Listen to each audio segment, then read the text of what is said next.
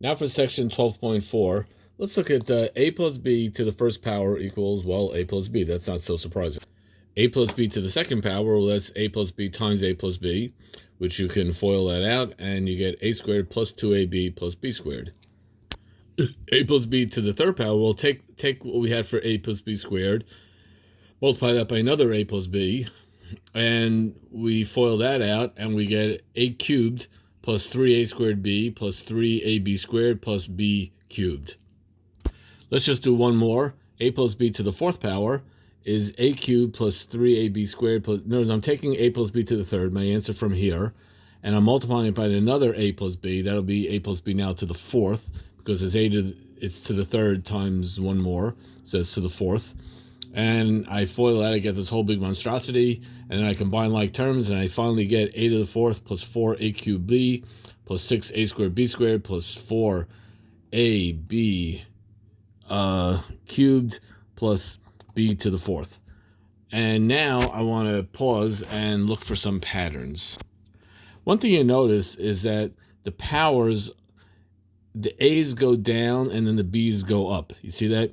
A starts at 4, a to then third, and then second, and then first, and then it to the zeroth, so which is like nothing, or actually 1, but it's a non-factor. And b, there's no b to begin with. It's really b to the 0 power, which is just really just 1, so I don't bother writing it. B to the first, b to the second, b to the third, and then b to the fourth. So the a's go down and the b's go up. Here also, the a's go down and the b's go up. A to the third, second, first, second, third. Also, if I add up the two exponents, over here, it always adds up to 4. 2 plus 2 is 4. 3 plus 1, there's an invisible 1 over there. 3 plus 1 is 4. Just 4 plus 0 is 4.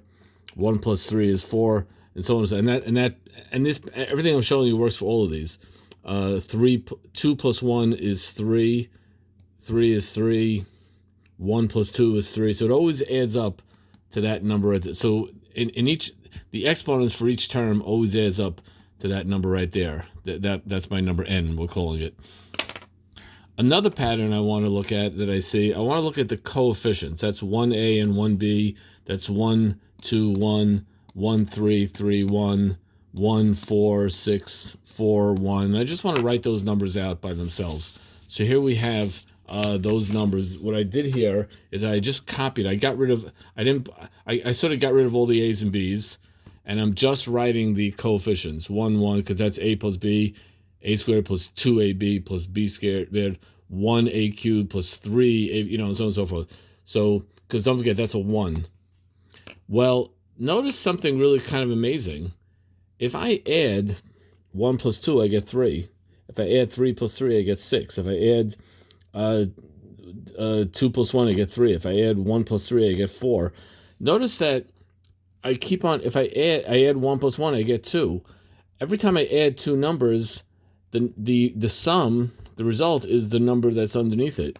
Now, if I continue this pattern, I get 1, 5, 10, 10, 5, 1, because 4 plus 6 is 10, 4 plus 1 is 5, 6 plus 4 is 10, so on and so forth.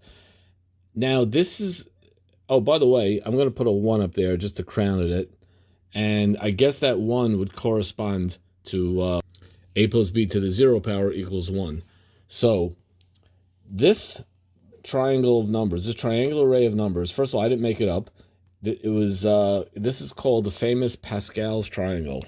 Pascal's triangle has many, many, many secrets in it, and we're just going to do some of them, and we're looking at how it relates to what this is telling me here is that if I would expand out a plus b to the fifth power and multiply it all out, I would get, what Pascal's triangle is telling me is that if I would take a plus b to the fifth and multiply it out, I would get I would get this right here. In other words, the a's and b's, the exponents the a's go down, the b's go up, but I get the same 1, 5, 10, 10, 5, 1 that I have over here, 1, 5, 10, 10. So if I would go and FOIL it out and do all the work and combine like terms and blah, blah, blah, this is the answer I would get. And if you want to, and if you want to do a plus b to the sixth, then just make another row. You can make as many rows as you want, and that would tell you the solution that will tell you what the binomial is going to be. And this is an amazing theorem that was or discovery made by the great Blaise Pascal. And I don't know if I'm pronouncing it right, but that's the name right there. It's French. I don't really know if I'm pronouncing it properly, but Blaise Pascal. That he was a great mathematician.